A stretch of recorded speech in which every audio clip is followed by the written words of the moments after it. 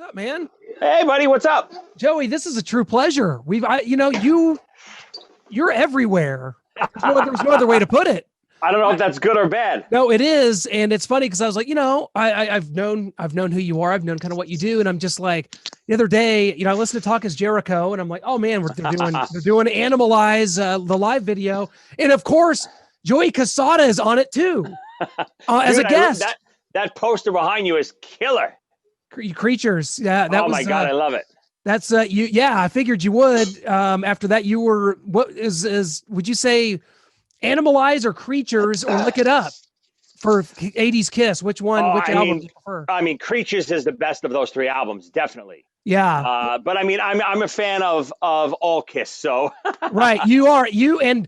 I have seen you. We're just jumping around, man, because that's kind of what you have to do that with you because you can't do linear timelines of kind of what you've been involved in. But I was in college, and in 2004, ZO2 opens for Poison and Kiss here. I'm in Kansas City, Sandstone Amphitheater.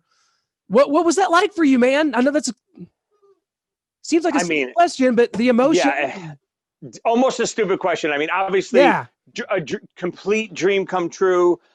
Kiss is my idols. If anyone who knows me, Kiss is my all-time favorite band. Everything I did in my life is because I saw Kiss at Madison Square Garden, 1979 on the Dynasty tour.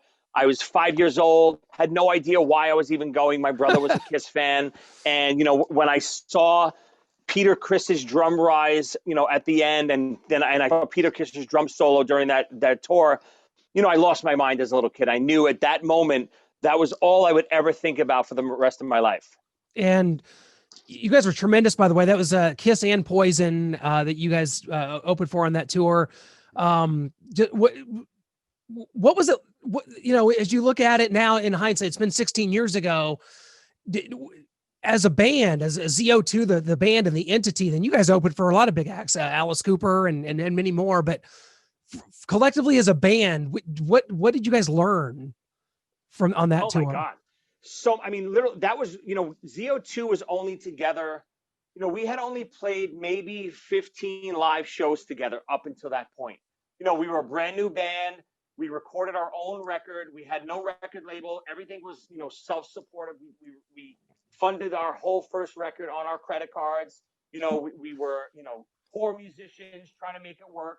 We were really, actually a kids band during the day. We would sing for little kids at birthday parties and bar mitzvahs and christenings and stuff like that, just to pay the bills for our record and the little bit of touring we did at that point. And, fortunately for us, Nikki Sixx's band, Bride for Destruction, was supposed to be on that tour. And something happened, whether they got, there's rumors that they got thrown off the tour. There's rumors that they just couldn't do the tour. Whatever it is, I don't care what it was, because we got the call. Paul Stanley got a copy of our self-titled debut CD, and he loved it. We were an unsigned band. We had no tour support. We had nothing, and they needed a band pretty quick. And he's like, "Hey guys, any chance you can do this? Can you manage a tour for the next 3 months with us?" And obviously we weren't going to say no. We had no idea what we were going to do, how we were going to travel, how we were going to pay the bills, nothing. But of course we jumped at the chance, and we learned the ropes and really how to tour from that tour. Tremendous. I believe that you're kind of a true testament to somebody that kind of at a young age identified what they loved and just pursued it so endlessly that it just kind of came to fruition. They call those the 2%ers, Joey. You're one of the 2% of people, man. That's a true testament. That's awesome. I mean, I appreciate it. Thank you so much. I mean, without a doubt, I'm one of those people who, when you tell me I can't do something, well, now I have to do it just to prove you wrong. You know what I mean?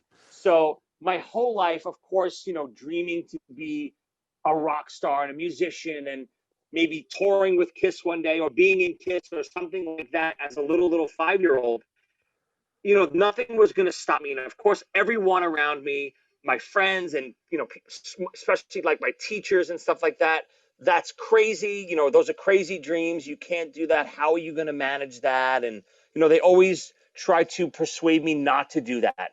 Luckily, my family was the opposite. My mom always was supportive of me, bought me my first drum set, took me to see Kiss for the first time. Anything that I needed her support from, she supported those dreams. So whatever obstacles stood in my way, I was, no matter what, going to kick through it and go to the next one. Is there a point where you kind of consciously realized, like, okay, I see all these adults around me, and maybe even your own parents that have a 9 to 5 job, and they've got to pay mortgages, and they've got to deal with all these things and marriages and kids. And is there a point where you went like, I no, like, I can't do this, that it's got to be a different path?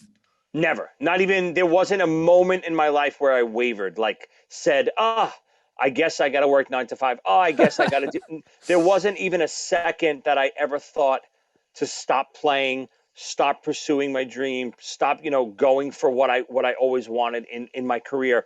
There wasn't even ever a glimpse of doubt. And obviously you're a big Kiss fan behind you too. So Kiss's message is really something that kind of like built my persona in my childhood.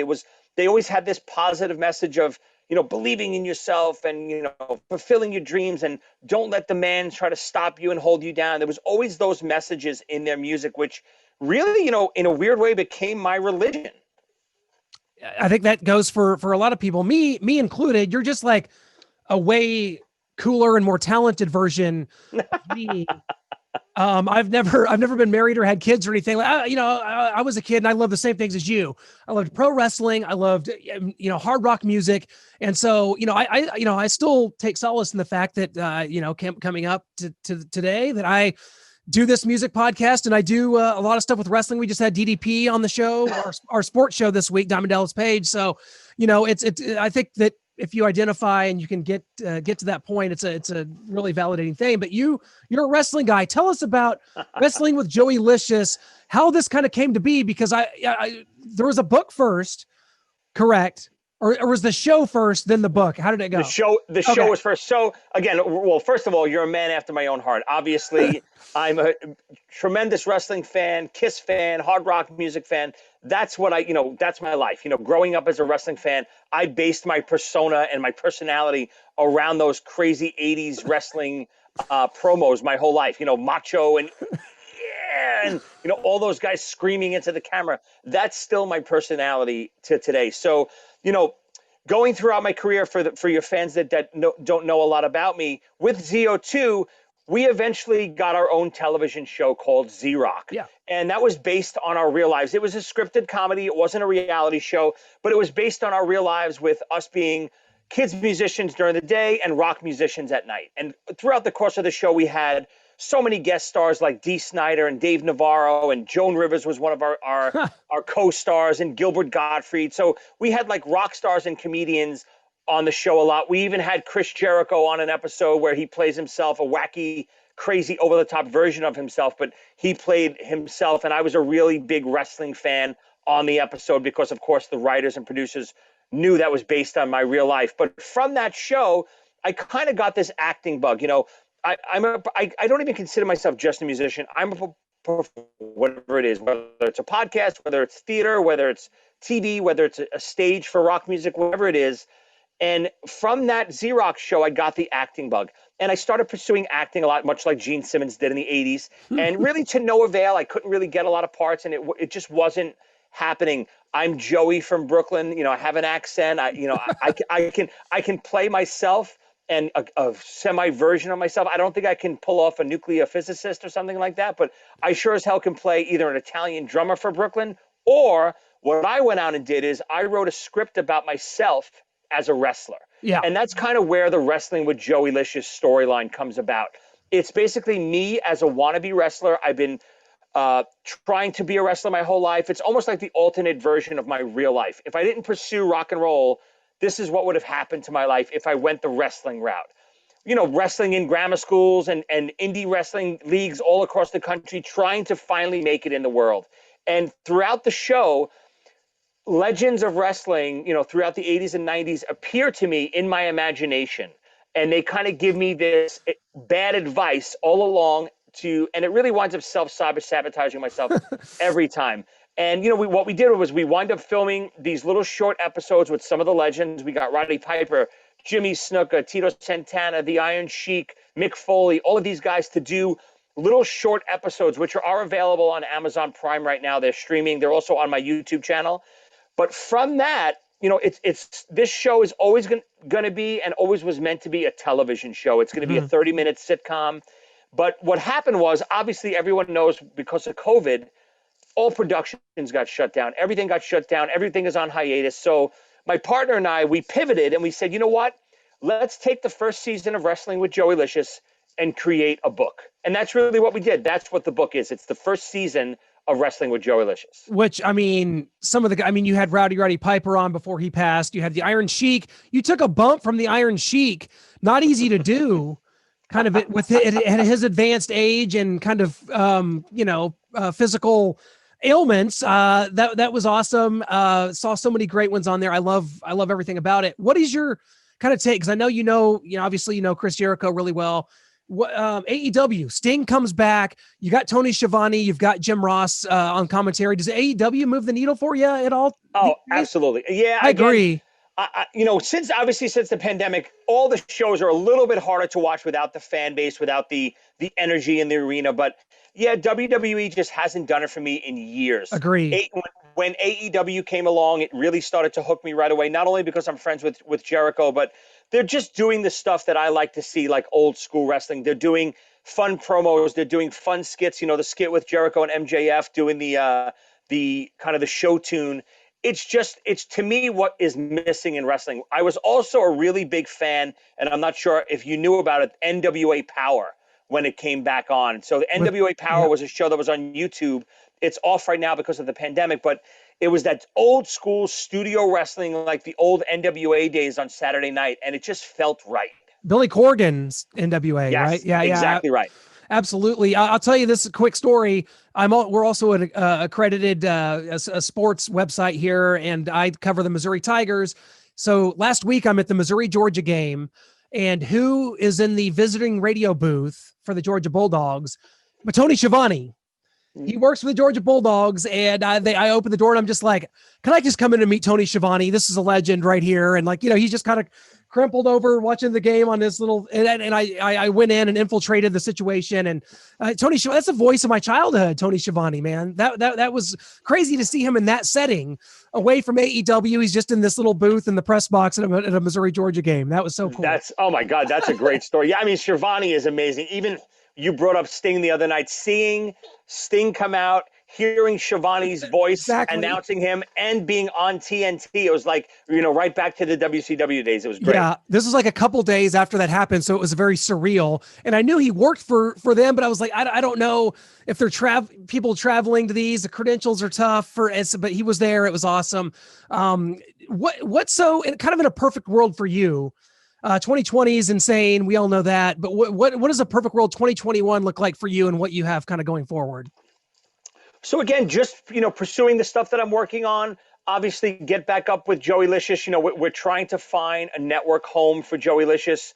It's going to be a scripted comedy. It's going to feel like Curb Your Enthusiasm, meets Rocky. That's kind of how we're selling it. It's that good-hearted slob, Rocky Balboa.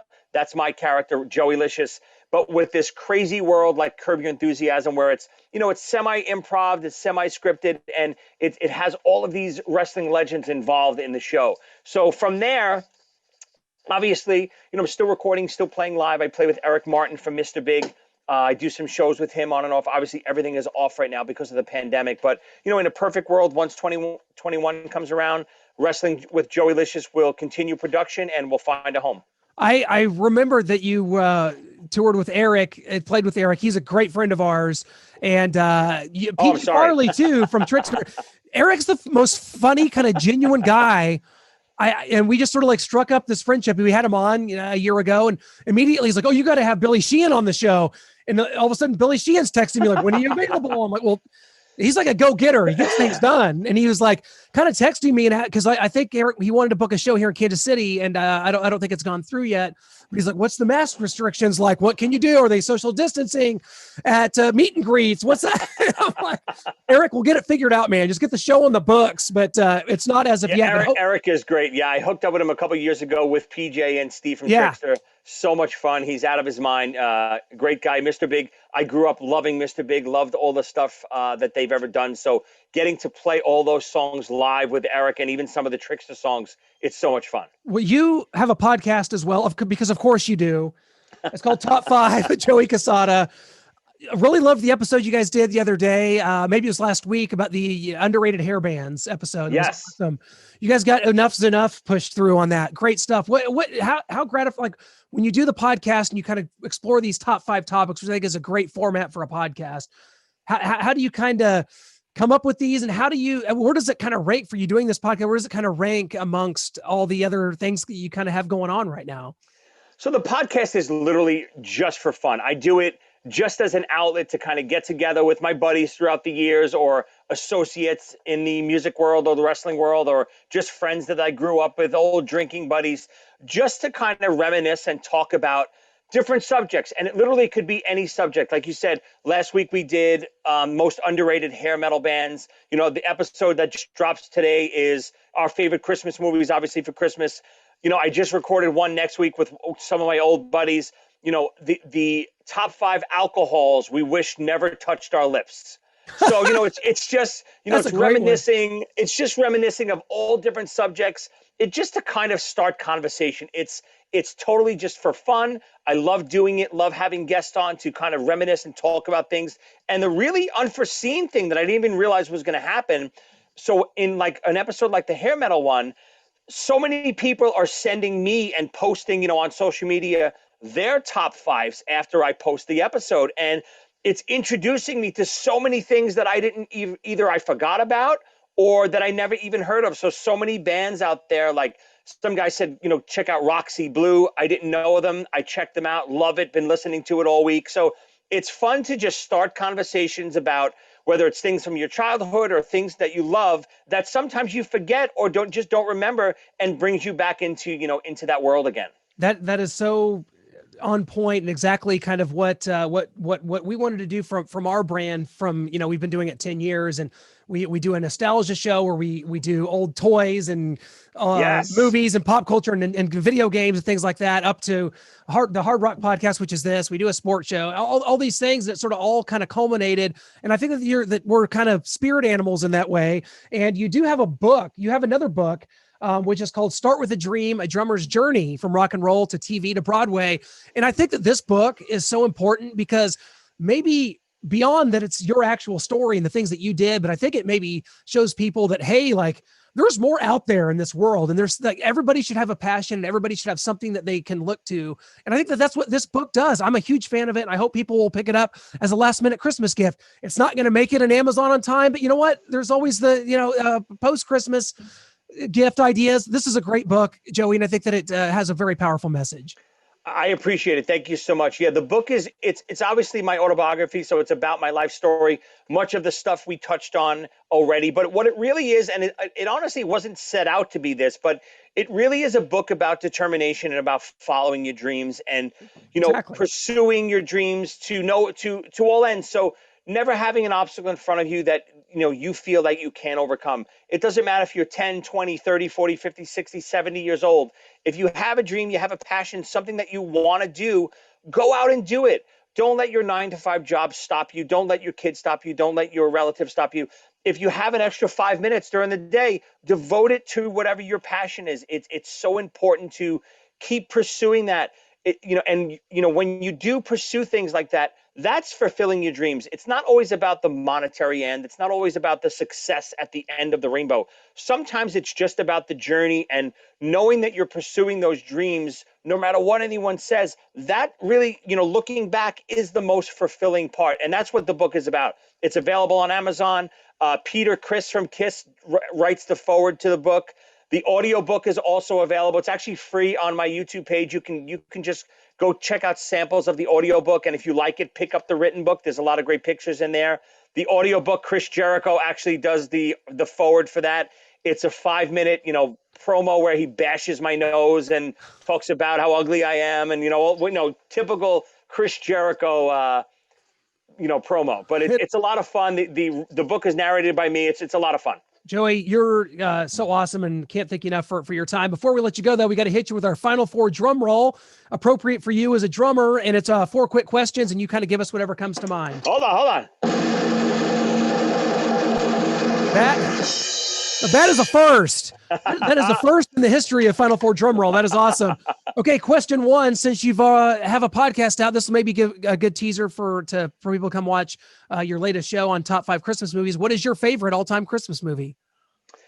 Not to give it away, but my favorite all-time Christmas movie is A Year Without a Santa Claus. The Heat Miser, Snow Miser. I grew up, loving the dun dun dun dun. The old Christmas movies that I grew up with in the 80s and stuff like that. The music is so important to me in those types of movies. Absolutely my favorite. Love it. What is the first wrestling pay-per-view you remember tricking your parents into buying for you? So I predate pay-per-views. So the very first thing that I tried to get tickets for and was obviously WrestleMania 1. And they didn't have pay-per-views then, but what we did, we couldn't get tickets. Closed circuit. I saw it on closed circuit television at some high school gymnasium. So technically, I had my parents buy that for me. That's awesome. Mine was WrestleMania 6. Hogan and Warrior, and I'll never forget just the feeling of that. He had to go get the cable box from the cable company, and I mean, there's something really magical about that. And my mom is still shaking me down for that $30. What is the first album, rock album, you remember buying with your own money? So the first album I ever bought with my own money was Kiss, Music from the Elder. That was the first album that I ever bought. I had a couple Kiss albums before that. I kind of inherited them from my brother. I had Double Platinum, and I think I had Love Gun and maybe even Alive 2. But I remember 1981 in the record store, looking through the Kiss albums and seeing this new thing on the shelf with this hand, and I didn't even know if it was a real Kiss album or it was a bootleg. I gave it a shot. I bought the cassette, threw it in my Sony Walkman, and, the rest is history. Well, it is indeed, for better or for worse. I'm actually a fan of The Elder. Not all of our listeners are, though, so we might take some crap for that. Last one. Which do you prefer, Wasp or Lizzie Borden? Ooh. I'm going to go with Wasp. I think, Wasp almost made my underrated hair metal bands. I was going to say, that. Yep. Huge It would have been, they were like 6 or 7 on the list. So good. Such an underrated band. Those first few albums especially, so good. Blackie, even, ZO2 opened for Wasp a couple times. They are dynamite live. If you've never seen Wasp live, Blackie Lawless is insane. His voice is insane live. So great to see. It's crazy you say that because I've seen Kiss a million times and they're my favorite band. I love Twisted Sister, Motley Crue, Scorpions. I've seen them all. But if someone puts a gun to my head and said, what's the best show you've ever seen? For me, it was Wasp on the Neon God tour in a small club in Columbia, Missouri. It's the most insane thing I've ever seen. And it was almost surreal for one to be able to see Wasp because they're not in America very often. And they had the mic stand and everything. And it was just something about it. I'll never forget it. It's incredible. And I just a giant mark for Wasp to this day. I couldn't agree more. Like I said, when ZO2 opened for Wasp, I was a big Wasp fan already, but I had never got the chance to see them live. Was that tour? You weren't at my show, but was that the 04? Was it 04? What year was that? 04. No, I think it was later than that. It might have been a little later than that.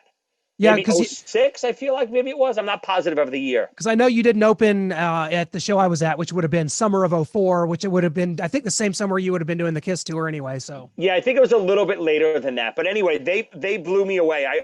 I stood back after we got off stage and was like, wow, I wasn't expecting that. I'm with you, Joey. We'll have to do this again. If you ever need a last minute guest for a top 5, hit me up, man. We'll do it. I can bring it on several different subjects, but this has been great. I hope you guys have a Merry Christmas and just have safe and happy 2021 and all that. You guys are the best.